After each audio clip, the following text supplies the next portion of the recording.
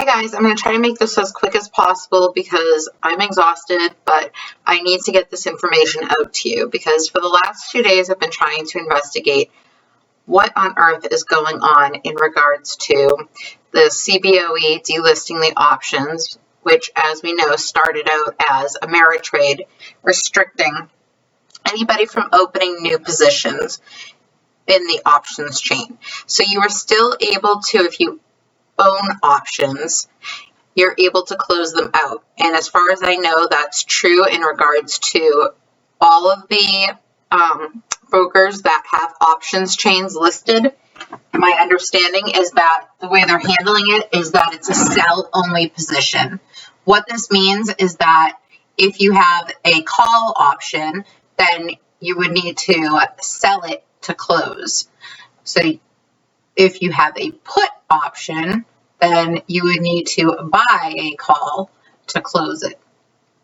I did ask Robinhood if they could be rolled over, and they said at that time yes, but I had the most bizarre interaction with Robinhood today. They actually hung up on me twice, and I'm pretty peeved because I tried to contact them again, and they locked me out so that I couldn't even make a request to speak to somebody in the brokerage account. So they basically didn't answer my question, and I'm a customer. You know what? If I have a question regarding a stock, I deserve an answer.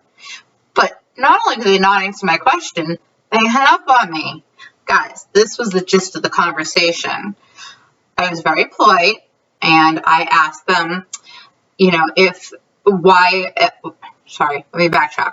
So the person that I spoke to the first time got on the phone and said that he was not able to discuss the ticker Rdbx. And I said, okay, well, I just want to know what's going on with the option chain. And he said, at this time, you're still able to close out your position. I said, well, I'm considering rolling my position. Am I allowed to do that? Paused. At this time, you're allowed to roll your position. At this time, I'm not quite understanding what at this time is. But, okay. I said, all right, well, I'm curious while you're on the phone.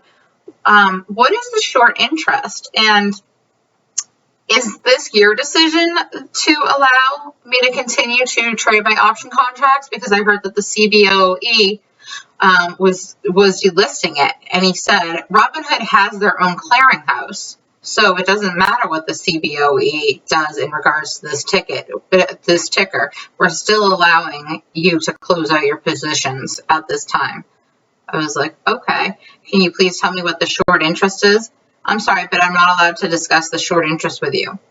I'm like, I'm sorry, but I've called my other brokerages, TD Ameritrade, Fidelity, and I have several more, but those are the two I use as examples, in the past, and I've asked them what the short interest is on the stock, and they were able to give me that answer. So why can't you give me a basic answer to a question that I, as a shareholder, have a right to know? Because I'm not allowed to discuss that ticker. I said, okay, well then can I please speak to somebody who is able to? You can find that information on the platform. And I said, oh, no, it's not showing anything about short interest. And I read to him, the high a day, low a day, market cap, all that stuff. I'm like, I don't see anything on short interest. So if I'm not doing something, can you guide me to where to look in the app? No, I'm sorry, but I'm not allowed to discuss Rdbx at all with you. Okay, can you please connect me then with somebody who would? Sure. I mean, he was pleasant enough. I think it was very scripted is how it felt. Like, basically, they were very much on the defense in regards to Rdbx, which makes me much, much more bullish. So getting back to the call, got transferred to a supervisor, I'm assuming, or somebody that could talk about Rdbx with me. But interestingly enough, I think his name was Jacob. His name was Jacob, and I had started the conversation by saying, it's my understanding that Rdbx is no longer allowing options to be traded. He said, that's correct. I said, well, can you tell me why? He said, well, it's because we've been told by the clearinghouse that they're delisting the option. I said, oh, well, I'm confused because Isaiah, who's the person I spoke to first, told me that Robinhood is their own clearinghouse. Click. Kid you not. Click. All right. I go in. I tried to send that form. Couldn't. So I was able to send an email. I sent an email saying that our call was disconnected and I would appreciate it if someone would give me a call back. About 5 to 10 minutes later, because I'm sure now he's gone and hung up on me because he didn't know what to say and probably spoke to his supervisor, calls me back, verifies my information all over again, which fine, I'm happy he did that. And then when he said, so I'm sorry, what was the question you had for me? And when I repeated it, he hung up on me again. Guys, that is not okay. I mean, these people are managing our money and I am not confident.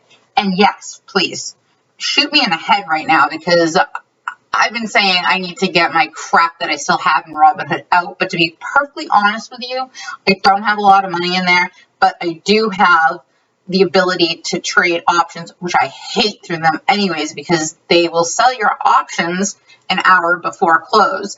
But that's besides the point right now. I'm a customer. If I have an answer about a stock that I'm investing my money through your firm in, what gives you the right to hang up on me and not answer my question? Call me back and hang up on me again. And then when I go into my account to put in a request for a call back again, it's locked out. I'm not allowed to request a call back. It said your ticker's still open or something like that. And I was like, no, it's not. So then I sent an email again. Guys, nobody called me back. I called the Cboe to start this off with, just so you know, and asked them if Rdbx was still being able to be traded. And they said, no, we're delisting it. I said, well, can you give me more information as to why? And they said, you'll have to contact your individual broker. We've decided to delist it. I said, well, I have some more questions. And she's like, I'm sorry, but I don't have any more information. Okay. I mean, the tone with everybody I spoke to today regarding this ticker, except for Fidelity, was very, very much on the defense. Fidelity, on the other hand, which I'll give them props because I have an up and down relationship with my feelings towards Fidelity, but Fidelity, the person I got, whose name was also Jacob, believe it or not, or Jake, very nice, very polite, literally researched everything I asked and said, at this time, he even went to a supervisor, he's like, we haven't stopped trading options. He's like, you're still able to buy calls, puts, whatever you want to do. So can you short the stock? He said, if there's shares available. I said, oh, can you tell me the cost to borrow? And he said it's a formula based on how many shares you want and blah, blah, blah. And he directed me how on my Fidelity account to be able to do that.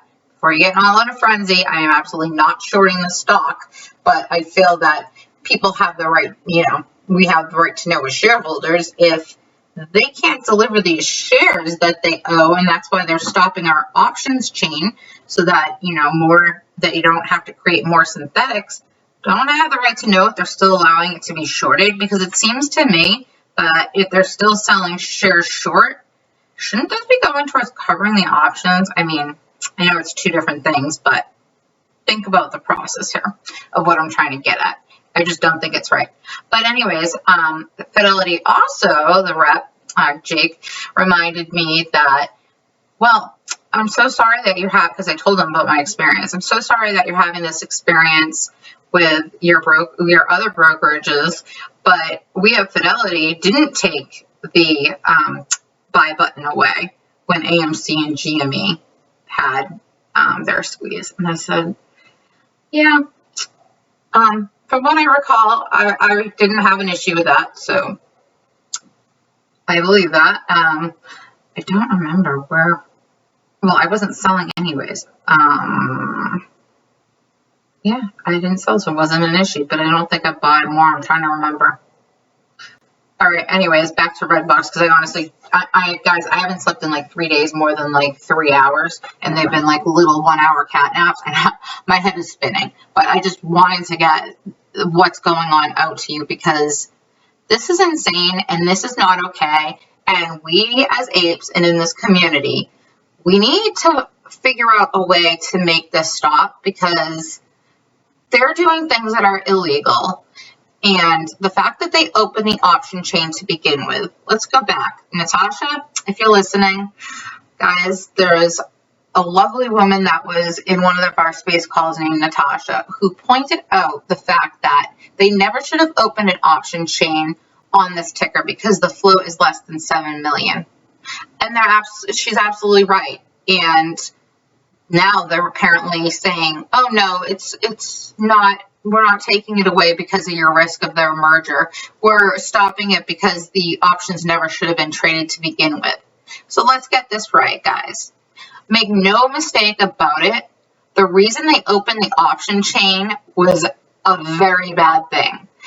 I mean, like, you know, I have been in this since October. And when I saw that options chain, it was like someone took a knife and stabbed it in my heart, because I knew what they were going to do. When they're opening option chains on a heavily shorted stock, you better believe that it's not because it's in your best interest. They're opening the option chain because they need to hide liquidity somewhere. They need shares, and they need to hide it, and they need to come up with a way for these failure to delivers, you know, not to get on that threshold, or for them to get off. And it's a form of manipulation is what they use it for. Kind of like they use the dark pools. There's an angle to everything on Wall Street, and you guys, I know a lot of you listening are probably new to the market, and people will tell you a lot of things, but I'm going to tell you facts whether you like them or not. The market is rigged.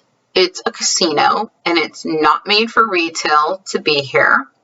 They're pissed that retail is still as present as we are, and they're even more pissed, guys, that a lot of us invest in the companies we believe in. We buy shares and we don't sell them.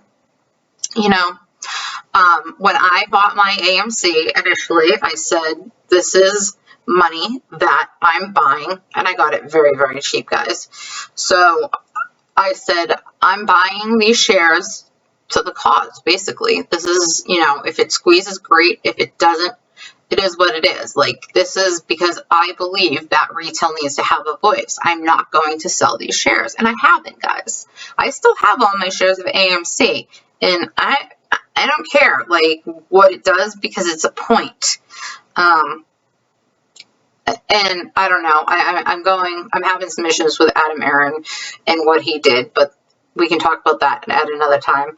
I want to just get through this so I can go to bed. But my point is, guys, this is not okay, and we need to stand up as a community, and we need to fight.